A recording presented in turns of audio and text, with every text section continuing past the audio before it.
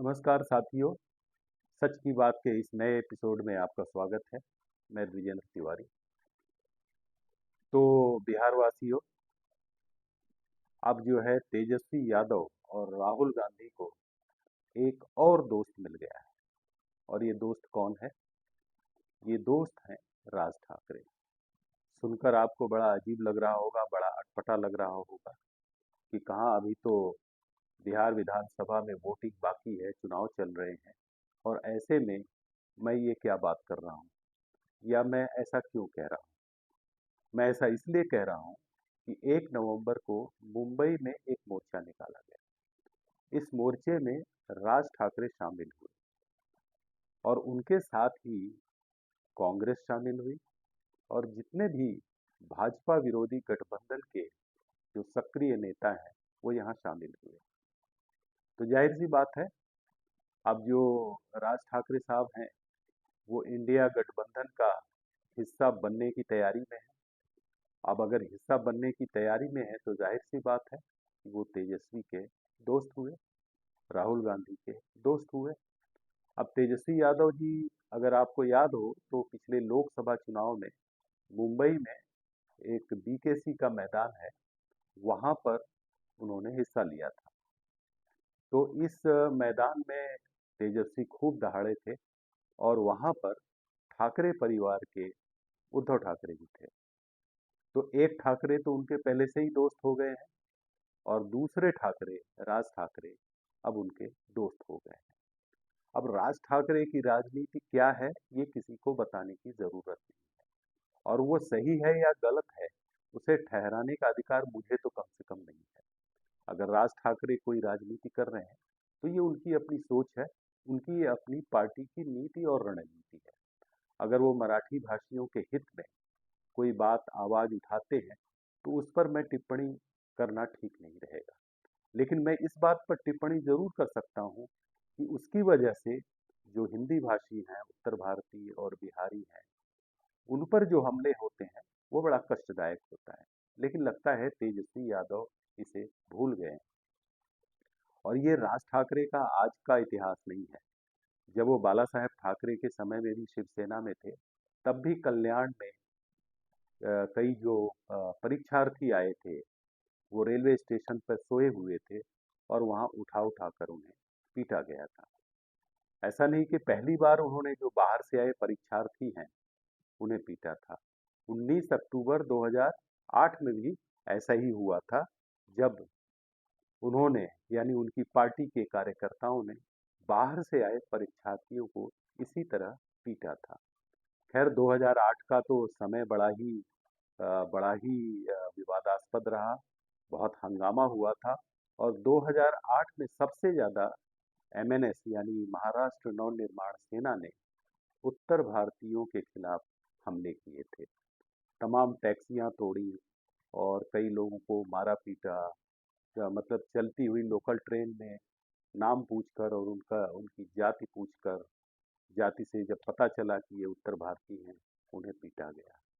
तब जब वो 19 अक्टूबर 2008 को परीक्षार्थियों की पिटाई हुई, तब तेजस्वी यादव के पिताजी श्री लालू प्रसाद यादव वहां से जोर से दहाड़े थे, और उन्होंने राज ठाकरे की खूब आलोचना की थी। खैर, कर तो कुछ नहीं पाए, क्योंकि ये दूसरे राज्य का मामला है, वो वहां बैठकर दहाड़ने के सिवा कुछ नहीं कर सकते थे। बट ये बात तो माननी पड़ेगी कि उस समय जिस तरह का माहौल बिहार और महाराष्ट्र में हुआ था, उससे तनाव फैल गया था। बिहार में भी उस समय काफी हंगामा हुआ था। नाराज जो बिहारी युवक हैं, उन्होंने ट्रेनें रोकी थी, बसें रोकी थी। तो ये तो बात पुरानी हो गई। अभी नया जो विवाद है वो हिंदी विरोध के लेकर के है। हिंदी के विरोध में तो दोनों भाई, उद्धव ठाकरे और राज ठाकरे, एकदम सक्रिय थे, और उन्होंने जो भाजपा का अध्यादेश है, यहाँ की सरकार का जो अध्यादेश है, उसे वापस लेने पर भी मजबूर कर दिया। तो हिंदी विरोध भी उनका एक बहुत बड़ा मुद्दा है।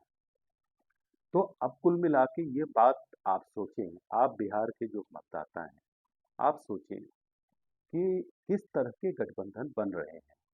राज ठाकरे जो कभी भी उत्तर भारतीयों के हितैषी नहीं रहे हैं, और आगे भी नहीं होंगे, क्योंकि उनकी रणनीति और राजनीति अलग है। ऐसे व्यक्ति को अपना दोस्त बनाने में इतनी जल्दबाजी क्यों की जा रही है? और तेजस्वी यादव, उन्हें तो ये समझना होगा, जो उनका सहयोगी दल है कांग्रेस, उन्हें भी ये समझना होगा कि राज ठाकरे उनके जो राष्ट्रीय परिदृश्य है, उसमें फिट नहीं बैठते हैं। इसके बावजूद क्या मजबूरी है कि आप लोग उन्हें अपने साथ गठबंधन में ले रहे हैं? इसका मतलब क्या ये हुआ कि राज ठाकरे की बहुत सारी नीतियों का को लेकर के आपका जो मूक समर्थन है, क्या मैं ऐसा मानूं या बिहार की जनता ऐसा माने? तो हिंदी विरोध हो, उत्तर भारतीयों को पीटने की बात हो, या जो हॉकर्स के जो स्टॉल हैं, गरीब हॉकर, उनके उलट उलट पुलट कर फेंक देना, तोड़ देना, ये कोई नई बात नहीं है। और मतलब मन से अभी भी आक्रामक तरीके से हिंदी भाषियों के खिलाफ अपनी मुहिम चलाती रहती है। अब ऐसे में जब मान लीजिए कभी आगे चुनाव हुआ लोकसभा का, तो क्या एक ही मंच पर फिर से तेजस्वी यादव और राज ठाकरे बैठेंगे? तब तेजस्वी यादव क्या बोलेंगे? जैसे उन्होंने पिछली बार लोकसभा का जब चुनाव हो रहा था, तब उन्होंने उद्धव ठाकरे के साथ जो शेयर किया था स्टेज, तो क्या वैसा ही राज ठाकरे के साथ स्टेज शेयर करेंगे? तो ये बिहार वासियों को सोचने की जरूरत है कि इस तरह के अपवित्र जो गठबंधन है, ये क्यों किए जाते हैं। देखिए, राजनीति करना अपनी जगह है, सत्ता के लिए लड़ाई लड़ना अपनी जगह है, लेकिन कुछ बुनियादी चीजें होती जिनसे आपको समझौता नहीं करना चाहिए। और यही बात जो है आरजेडी पर लागू होती है, यही बात कांग्रेस पर लागू होती है। और इस मामले में कांग्रेस को भी छोड़ा नहीं जा सकता, क्योंकि कांग्रेस भी जो महाराष्ट्र में जो भी हो रहा है उसको लेकर के बहुत मूक दर्शक है।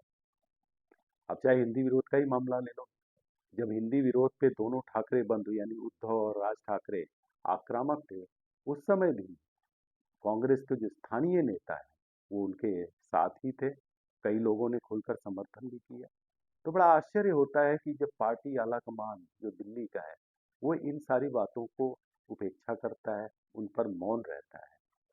आपके बहुत बड़े वोटर बेस यूपी, बिहार और अन्य राज्यों में भी है, राजस्थान में है। तो आप क्यों चुप रहते हैं? आप यानी कांग्रेस। तो कांग्रेस को भी ये सोचने की जरूरत है कि आप जो क्षेत्रीय जो आपकी मजबूरियां हैं, उनको आप क्यों पनपने दे रहे हैं? आप जो क्षेत्रीय नेता हैं उनको क्यों नहीं रोकते? 1 नवंबर के मोर्चे में जिस तरह से कांग्रेस के स्थानीय नेता, महाराष्ट्र से बाहर के लोग उन्हें नहीं जानते होंगे, फिर भी मैं आपको नाम बता देता हूँ। जैसे विजय वडेट्टीवार ओबीसी लीडर हैं, कांग्रेस के बड़े नेता हैं। और नसीम खान, वो मुंबई के कांग्रेस के बड़े नेता हैं। बाला साहेब थोरात, मराठा नेता हैं, कांग्रेस के बड़े नेता हैं। वो राज ठाकरे के साथ स्टेज शेयर कर रहे थे। तो ये थोड़ी आश्चर्य की बात है कि इतने बड़े नेता और ऐसे व्यक्ति के साथ, ऐसे नेता के साथ स्टेज शेयर कर रहे हैं जिनकी नीतियां कांग्रेस की नीतियों से मेल नहीं खाती। तो ऐसी मजबूरी क्या है कि कांग्रेस हाईकमान ऐसे मुद्दों पर साफ रुख क्यों नहीं लेता? अब ये कहने को कहा जा रहा है कि अपने अस्तित्व की लड़ाई लड़ रहे उद्धव ठाकरे अब सभी को अपने साथ ले लेना चाहते हैं, ताकि किसी भी तरह से बीजेपी को हराया जा सके।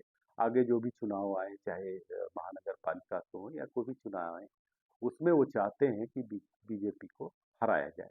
इसके लिए उन्होंने राज ठाकरे को अपने साथ ले लिया है। अब उन्होंने राज ठाकरे को अपने साथ लेने से पहले क्या कांग्रेस से बात की थी? मुझे नहीं लगता है। शरद पवार, उन्हें मुझे लगता है कोई दिक्कत नहीं, क्योंकि वो लोकल लीडर हैं।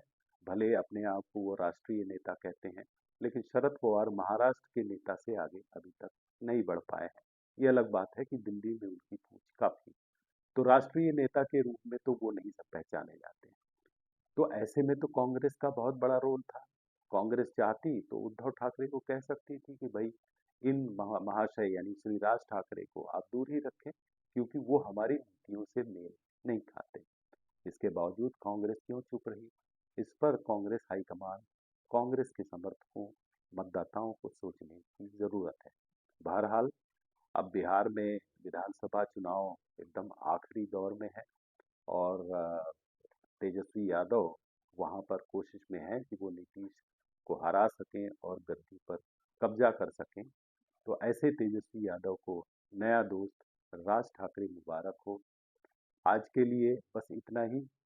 मेरे इस चैनल को आप ज़रूर लाइक करें और जो मैंने जो बातें कही हैं, उस पे ज़रूर आप कमेंट करें कि आपको कैसा लगा।